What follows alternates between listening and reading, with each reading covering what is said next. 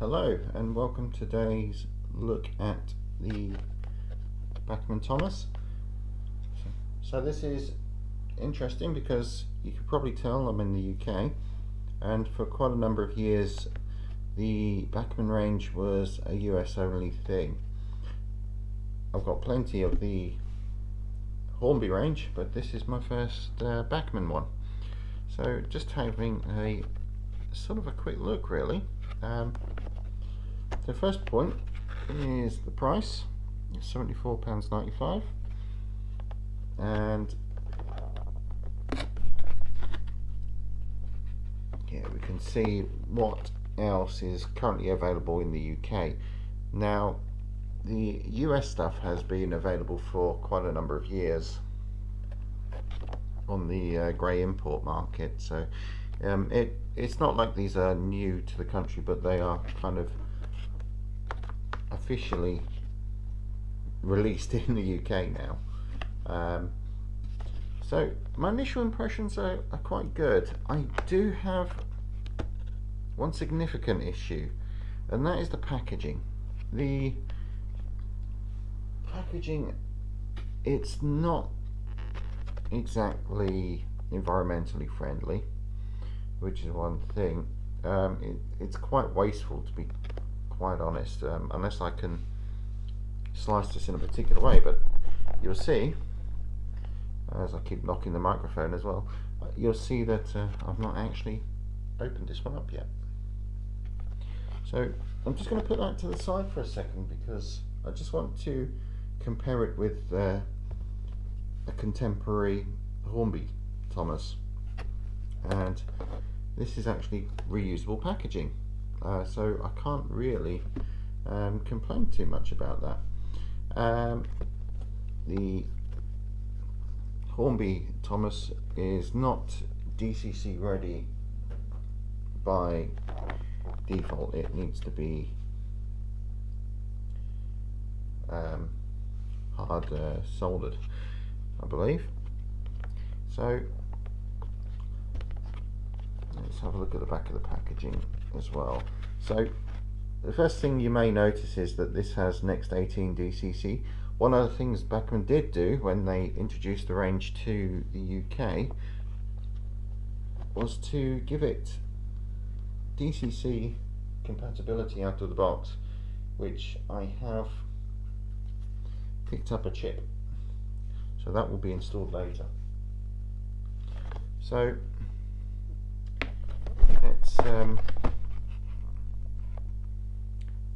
let's take this out of the box, I suppose.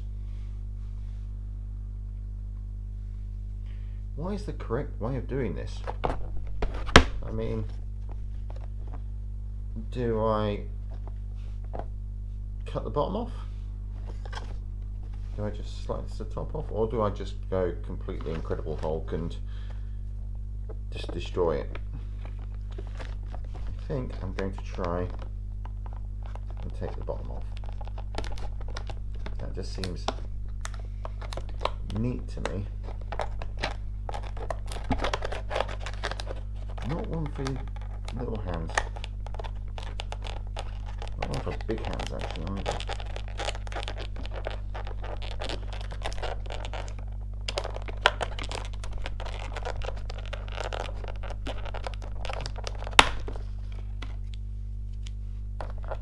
So that's for the bin, sadly.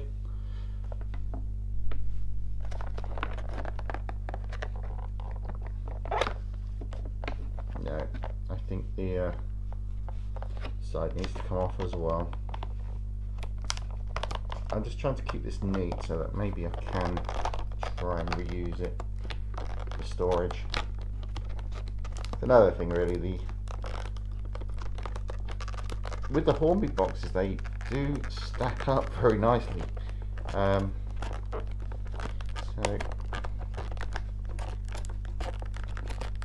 could have probably done with some better scissors, but these do the job. There we go. Okay, that's better. So I can just pull the backing card out. So I'm assuming that this does.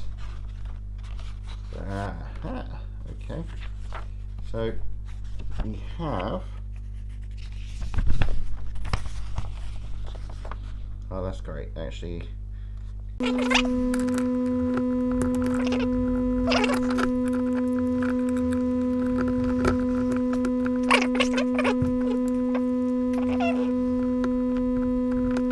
Back in a moment. Okay, success. Right. So the next thing is, if I bring this up, there is a blanking plate in place. So let me just see if I can, hopefully it's just finger tight.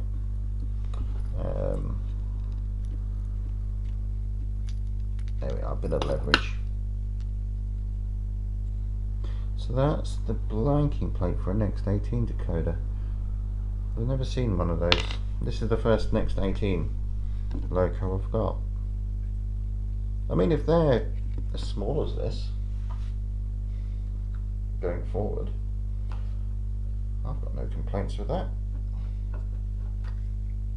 The old style 8-pin and 21-pin can be kind of chunky. A bit difficult to get into the loco sometimes. So just using the decoder, and this is the Bachmann Next 18 decoder. So let's have a look. So you ever look at like motherboards and stuff, I'm not sure what this connector is called, but you just basically push fit it and it clicks in. And yes, I've got it now. Thomas is DCC fitted, and let's try and put him back together. Okay, so we're back in business, and now just got to pop the cab back on Thomas.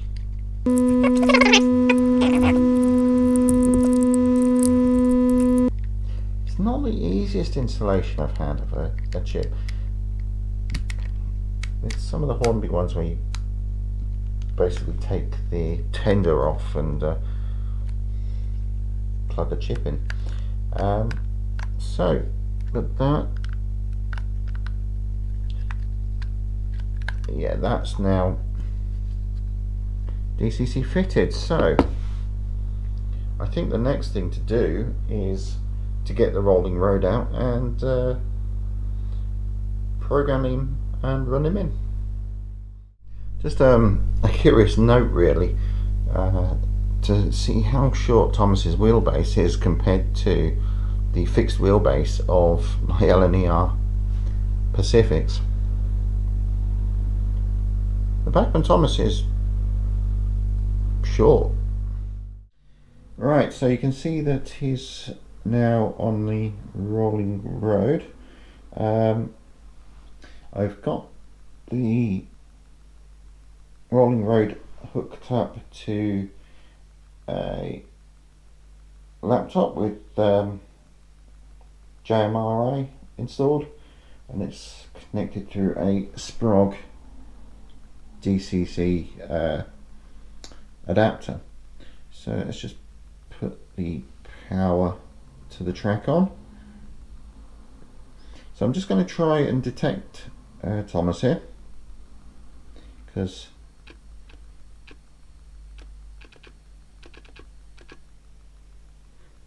there we go. So that sort of clicking. It's the decoder. It's sort of, it's talking. Well, it's talking to the decoder, and the decoder actually will.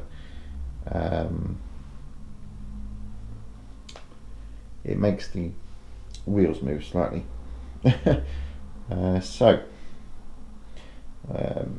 let's program him a little bit. So we need to give him a loco address. I'm going to leave it at 3 actually, because I will probably need to find a free address on my Dynamis later. But thankfully JMRA does have a profile for this Next 18 decoder. So I'm going to save that. The DCC conversion is also enabled, so we have that. Okay, and it's a touchscreen laptop, so I'm not quite used to it. So let's go to the throttle. Wow, so these decoders have a lot of functions. That's pretty cool. And let's turn it on.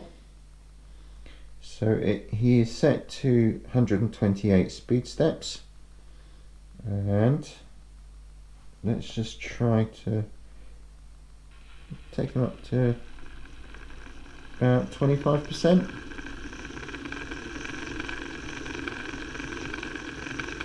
This is his first run out of the box. I've literally not applied any power to him. It's a bit grindy, but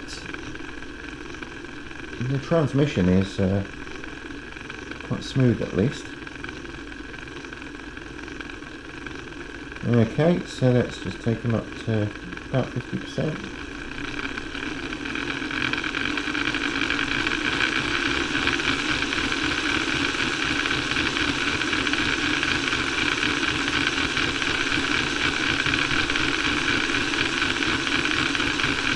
You can't see it because of that angle, but the eyes are actually moving left to right. I'll try and get a shot of that. And so there he is, he's just quite happily trundling along. Let's take him up to 100. 100% anyway. Yeah, that's him pretty much at his maximum speed actually. So yeah, that's absolutely fine. Let's bring him back down to idle now.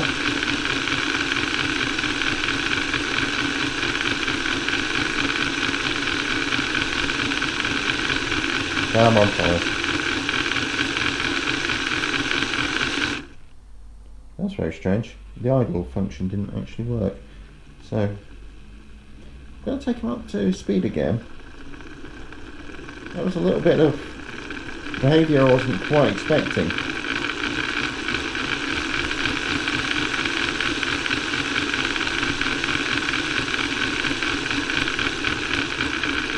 Oh yeah, the idle works now. It's just the decelerating.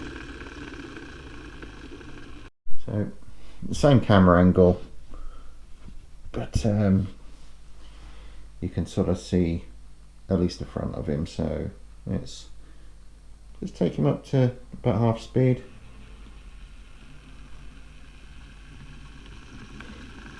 He does have quite a reasonable acceleration actually. He's not immediately going up to full speed.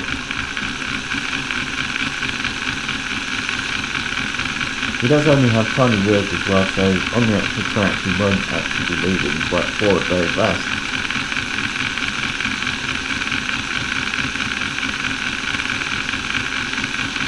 Yeah, look, I think I'm quite happy with this purchase. It's a lot more expensive than buying the imported American version, but at least this one is DCC ready rather than having to hardwire it.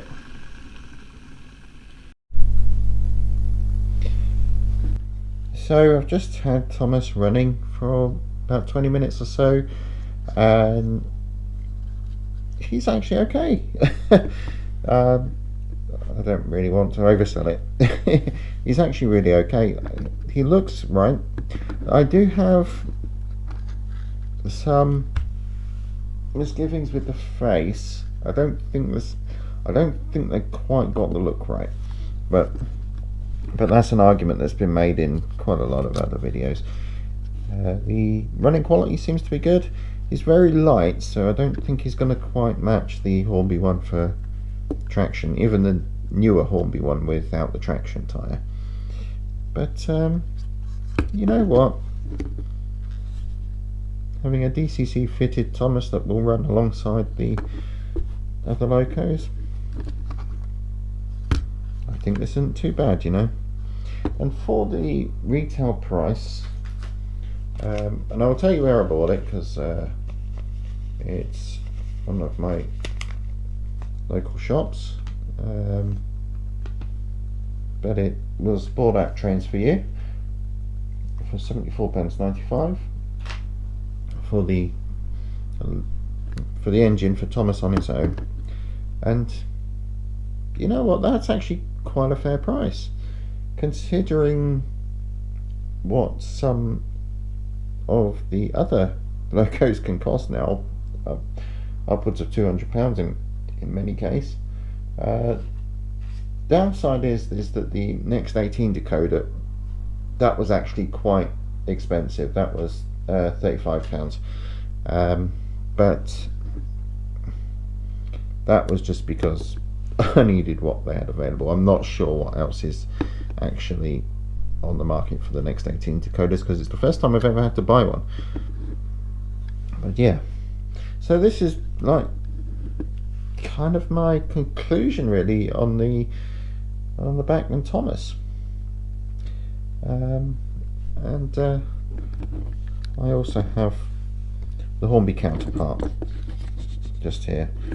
So to compare them, they sort of went for the sort of similar detail, where the Hornby one was missing some of the paintwork and things for a number of years.